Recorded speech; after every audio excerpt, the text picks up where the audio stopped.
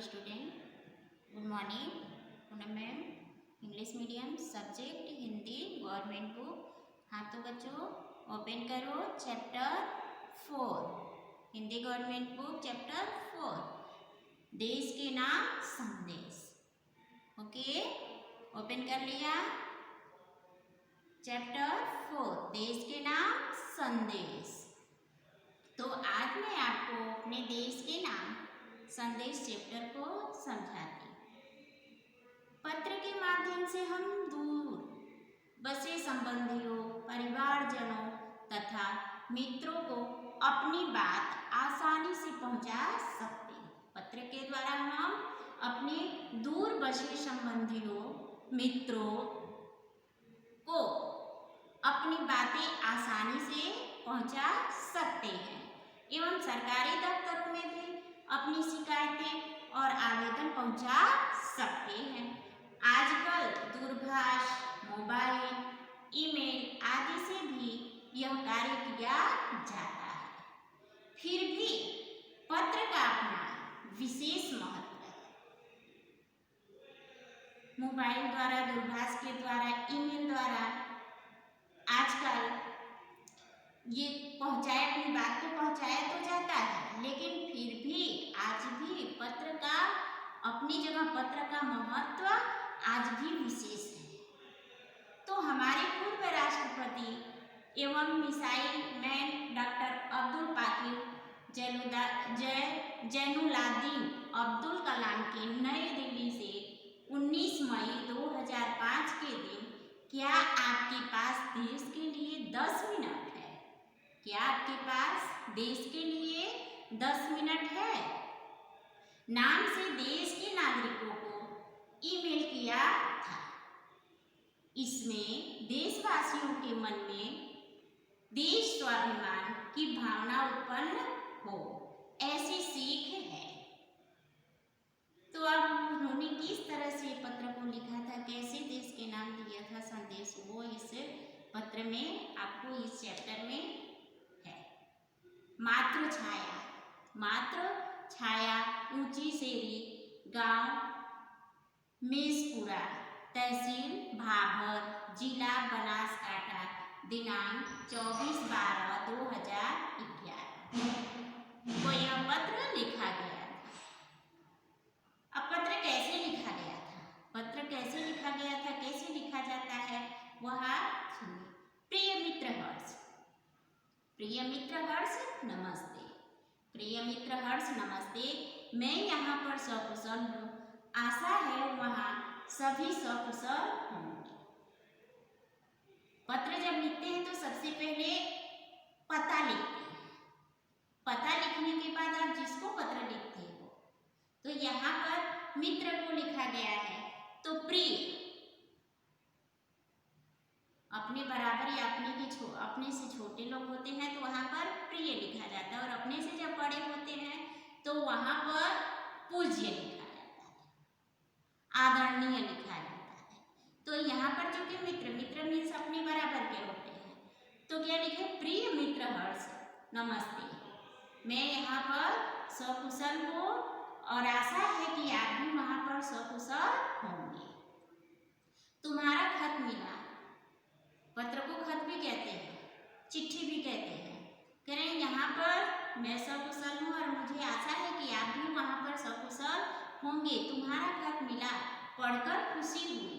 मैंने डॉक्टर अब्दुल कलाम का देशवासियों के नाम भेजा गया एक ईमेल पढ़ा, वही तुम्हारे लिए प्रेषित कर रहा हूँ। जो मैंने पढ़ा वही आपके लिए प्रेषित कर रहा हूँ। डॉक्टर कलाम अपने संदेश की शुरुआत में ही पूछते हैं, क्या आपके पास अपने देश के लिए 10 मिनट का समय है? यदि हाँ तो इसे पढ़िए, वरना मर्जी आपकी। अगर आपके पास 10 मिनट का समय है तो इस संदेश को पढ़िए, अगर नहीं है तो वो आपकी मर्जी। इसके बाद वह देश के लोगों की सोच बताते हुए कहते हैं, आप कहते हैं हमारी सरकार निकम्मी है। आप कहते हैं कि हमारी सरकार जो है वह निकम्मी है। आप कहते हैं हमारे कानून पुराने पड़ गए। आप कहते हैं नगर पालिका कचरा नहीं उठाती है, आप कहते हैं फोन काम नहीं करता, रेलवे मजाक बन गई है, एयरलाइन दुनिया में हमारी ही सबसे खराब है, चिट्ठी अपनी मंजिल तक नहीं पहुंचती है, चिट्ठी अपनी मंजिल तक नहीं पहुंचती है। आप कहते कहते आप ये कहते रहते हैं और कहते ही रहते हैं, यही बातें आप बार बार कहते हैं, कहते ही रहते हैं। आपने इस बारे में क्या किया है? आपने इस बारे में क्या किया है? फिर राष्ट्रपति ने कहा, मान लीजिए एक व्यक्ति सिंगापुर जा रहा है, उसे अपना नाम दे दीजिए, उसे अपनी शक्ल भी दे दीजिए। आप दुनिया के सर्वश्रेष्ठ हवाई अड्डे पर उतरते हैं, सिंगापुर में आप अपनी सिगरेट का टुकड़ा सड़कों पर नहीं फेंकते हैं और स्टोर में खाते भी नहीं हैं। आपको उनके भूमिगत संपर्कों पर रश्क महसूस होता है। आप शाम 5 से 8 बजे के बीच आचरण रोड पर कार चलाने का टोल टैक्स तकरीबन 60 रुपये भुगतान करते हैं। अगर पार्किंग में आपने निर्धारित समय से ज़्यादा गाड़ी खड़ी की तो टिकट पंच करा देते हैं। लेकिन आप सिंगापुर में कहते हैं कि कुछ नहीं, कहते हैं क्या? दुबई में आप रमजान के दिनों में सार्वजनिक रूप से कुछ भी खाने का साहस नहीं करते, जिहाद में बिना सिर ढके बाहर नहीं निकलते हैं। वाशिंगटन में आप 55 मील प्रति घंटा के ऊपर गाड़ी चलाने की हिमाकत नहीं करते हैं और पलटकर सिपाही से यह भी नहीं कहते हैं कि जानता है मैं कौन हूँ। सिपाही से पलट करके आप यह भी नहीं कहते हैं कि जानते हो मैं कौन हूँ, मैं फला हूँ। फला मीन्स जो भी नाम है, फला का मतलब होता है जो आपका नाम है। मैं फला हूँ मीन्स अपना नाम वहाँ पे बोलना होता है कि मैं फला हूँ और फला मेरा बाप है और मेरे अपने बाप का भी नाम बताता है, मेरा बाप ये है। ऑस्ट्रेलिया और न्यूजीलैंड के समुद्र तटों पर आप खाली नारियल हवा में नहीं उछालते। ऑस्ट्रेलिया और न्यूजीलैंड में आप समुद्र के तटों पर खाली नारियल नहीं उछालते हैं। टोक्यो में आप सड़कों पर पान की पीक क्यों नहीं थूकते हैं? बोस्टन में आप जाली योग्यता प्रमाण पत्र क्यों नहीं खरीदते हैं? डॉक्टर कलाम बीच में याद दिलाते हैं, मैं आप ही के बारे में बात कर रहा हूँ। मैं ये जो बातें कर रहा हूँ वह आप ही के बारे में बात कर रहा हूँ, सिर्फ आपके, केवल आपके। डॉक्टर कलाम कहते हैं, आप दूसरों देशों की व्यवस्था का आदर और पालन कर सकते हैं। आप दूसरे देशों की व्यवस्था का आदर और पालन कर सकते हैं, लेकिन अपनी व्यवस्था का नहीं कर सकते हैं। भारतीय धरती पर कदम रखते ही आप सिगरेट का टुकड़ा जहाँ तहाँ फेंकते हैं, कागज के पुर्जे उछालते हैं। यदि आप पराये देश में प्रशंसनीय नागरिक हो सकते हैं तो यहाँ भारत में आप ऐसा क्यों नहीं करते? डॉक्टर कलाम ने मुंबई के पूर्व महानगर पालिका आयुक्त तिनायकर के हवाले से कहा, अमीर लोग अपने कुत्ते को सड़कों पर घुमाने निकलते हैं। अमीर लोग जो है वह अपने कुत्तों को सड़कों पर घुमाने निकलते हैं और जहाँ तहाँ गंदगी बिखेर कर आ जाते हैं। कुत्तों को अमीर लोग घुमाने के लिए सड़कों पर निकलते हैं और जहाँ तहाँ वो लोग गंदगी करा के वापस आ जाते हैं, बिखेर देते हैं और फिर वही लोग सड़कों पर गंदगी के लिए प्रशासन को दोष मढ़ते हैं। वही लोग अमीर लोग जो खुद जाके गंदगी करके आते हैं, वही लोग प्रशासन को, सरकार को इसकी जिम्मेदार मानते हैं, उनके सिर पर थोपते हैं कि ये तो साफ नहीं करते। क्या वे उम्मीद करते हैं? वे उम्मीद करते हैं कि वे जब भी बाहर निकलेंगे तो एक अधिकारी झाड़ू लेकर उनके पीछे पीछे निकलेगा? चलेगा? अमीर लोग क्या ऐसा उम्मीद करते हैं कि जब मैं बाहर सड़क पर निकलता हूँ तो डॉगी लेकर, कुत्ते लेकर निकलता हूँ, जहाँ तहाँ गंदगी बिखेर देता हूँ, तो क्या मैं ऐसा कर सकता हूँ कि अपने पीछे पीछे एक झाड़ू, एक अधिकारी झाड़ू लेकर उनके पीछे पीछे चलेगा? आप साफ करने के लिए क्या प्रशासन उनके लिए अलग से व्यवस्था करेगा कि उनके पीछे पीछे एक झाड़ू लेकर चलने वाले को लगा दे कि जैसे ही जहाँ तहाँ गंदगी करेंगे उसको वह साफ करेगा? ये पॉसिबल हो सकता है? नहीं। तो चलेगा? और जब उनके कुत्ते की हाजत लगेगी तो वह एक कटोरा उसके पीछे लगाएगा। राष्ट्रपति ने मिसाल दी कि अमेरिका और जापान में कुत्ते के मालिक को उनकी छोड़ी हुई गंदगी साफ करनी पड़ती है। अमेरिका जैसे देशों में तो ऐसा होता है, अमेरिका और जापान में, कि जो मालिक अपने कुत्ते को लेकर के बाहर निकलता है तो जब वो गंदगी जो करता है उसे उस मालिक को साफ करना पड़ता है, वह साफ करता है। फिर शासन व्यवस्था के बारे में डॉक्टर कलाम ने कहा कि हम सरकार चुनने के लिए वोट डालने जाते हैं और अपनी सारी जिम्मेदारियां भी वहीं उलट आती हैं। वोट डालने तो हम जाते हैं, लेकिन हमारा जो कर्तव्य होता है, हमारी जो जिम्मेदारियां होती है, वह सब जिसको वोट देते हैं उनके ऊपर उलट देते हैं, उनके भरोसे छोड़ देते हैं। हम आराम से बैठकर सोचते हैं कि अब हमारे नाज नखरे उठाए जाएंगे। हम यह सोच लेते हैं, वोट डालने जाते हैं, कि हमारे जो नखरे हैं वह अब सरकार प्रशासन उठाएगी।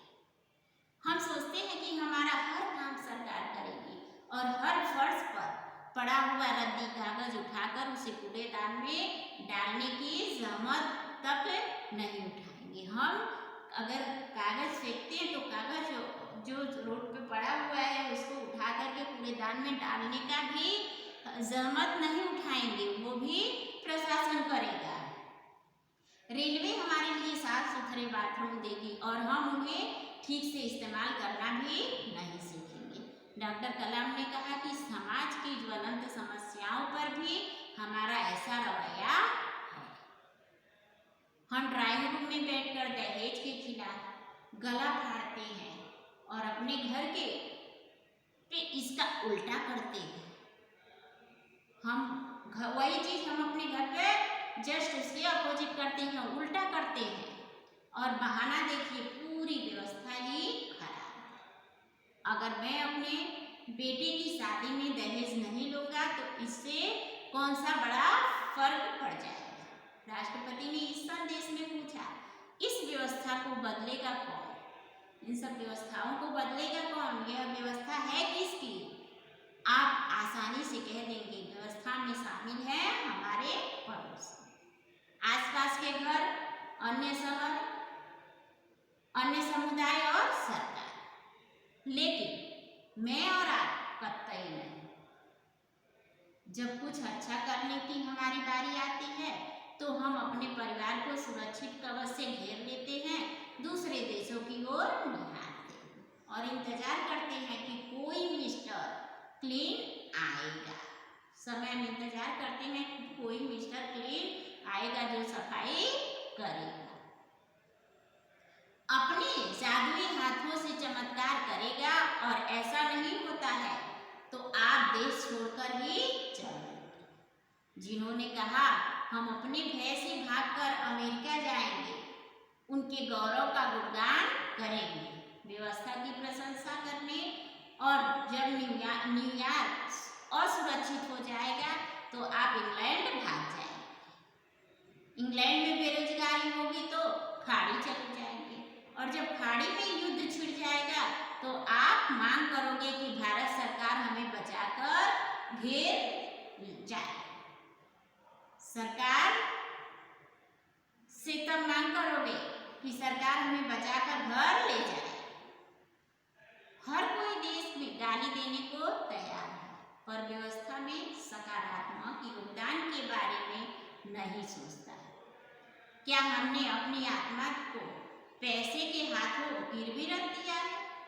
डॉक्टर कलाम व्यवस्था में नागरिकों के सकारात्मक योगदान के लिए देशवासियों को झकझोर देते हैं। श्रेष्ठ नागरिक बनने की शुरुआत करने की अपील करते हुए संदेश में कहा गया है कि अगर आप वाकई संदेश से सहमत हैं,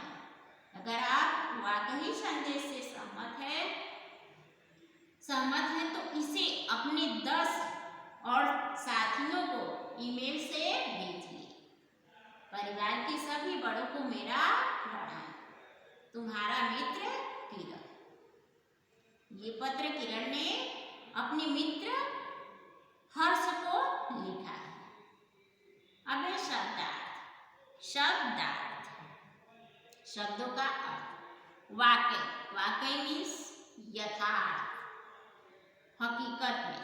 रस मीन्स ईर्ष्या, रवैया मीन्स परिपाटी, तकरीबन मीन्स प्राय या लगभग, पुर्जे मीन्स मशीन के अंश, मिसाल मीन्स उदाहरण, हिमाकत मीन्स मूर्खता, बेवकूफी, झकझोरना मीन्स झटका देना या झकझोरना। ये हो गया शब्दार्थ। अब है प्रश्नों के उत्तर। यह पत्र किसने किसको लिखा है? यह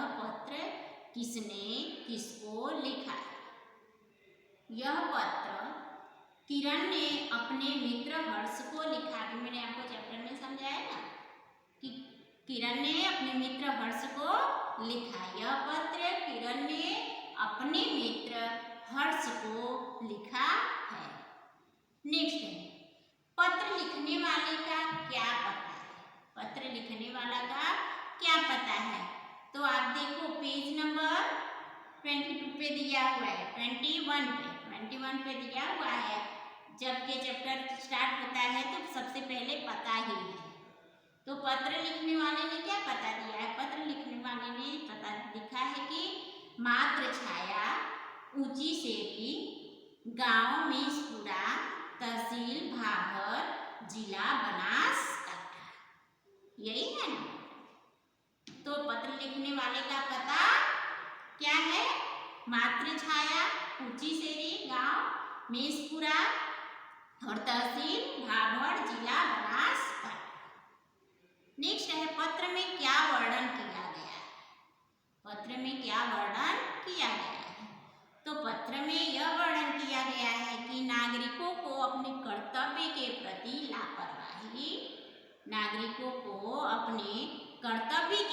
लापरवाही और सरकार के प्रति शिकायत रवैये का वर्णन किया गया है। नागरिकों को अपने प्रति लापरवाही और सरकार के प्रति शिकायती रवैये का वर्णन किया गया है इस पत्र में। पत्र के अंत में किरण ने हर्ष के परिवारजनों को क्या कहा है?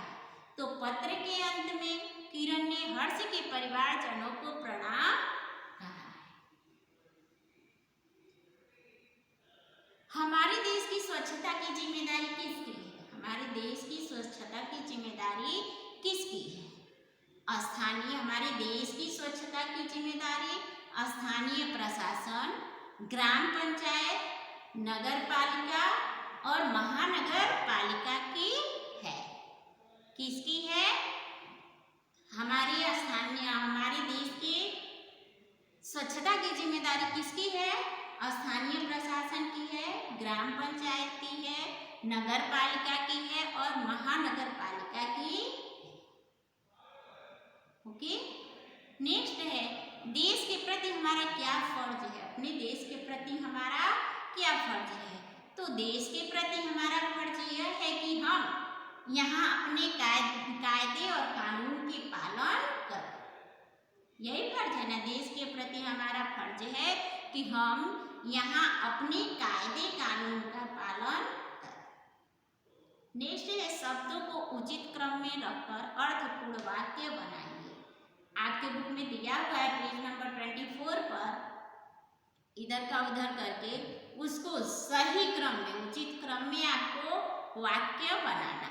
जैसे पहला दिया है मैं सफाई खुदाई है, बीच बीच में डैश दे दिया, तो उसको सही उचित ढंग से कैसे आप करेंगे कि सफाई में खुदाई है। नेक्स्ट, मेरा भारत, मेरा महान भारत, तो उसको उचित क्रम में लगाओगे, मेरा भारत महान। नेक्स्ट है लेना और दहेज पाप देना है। दहेज लेना और देना पाप है। दहेज लेना और देना पाप है। नेक्स्ट, आदर्श भारत को आओ बनाए मिलकर राष्ट्र, इसको सही क्रम में लगाना है, तो इसको कैसे लगाओगे, आओ मिलकर भारत को आदर्श राष्ट्र बनाए। आओ मिलकर भारत को आदर्श राष्ट्र बनाए। ये हो गया आपका उचित क्रम में शब्दों को लगाएंगे। अब नेक्स्ट है काल पहचानिए। क्या है, काल पहचानिए। जैसे मैं क्रिकेट खेलता हूँ, मैं क्रिकेट खेलता हूँ, तो यह क्या है, वर्तमान का। नेक्स्ट, मैं कल अंबाजी गया था, मैं कल अंबाजी गया था, यह कौन सा काल है, भूत का, गया था भूत का। कोई गाना गा रहा है, कोई गाना गा रहा है, ये वर्तमान काल है, गा रहा है, वर्तमान काल। आज ठंड ज्यादा होगी, आज ठंड ज्यादा होगी, मीन्स भविष्य। कल हम स्कूल से प्रवास जा रहे हैं, कल हम स्कूल से प्रवास जा रहे हैं।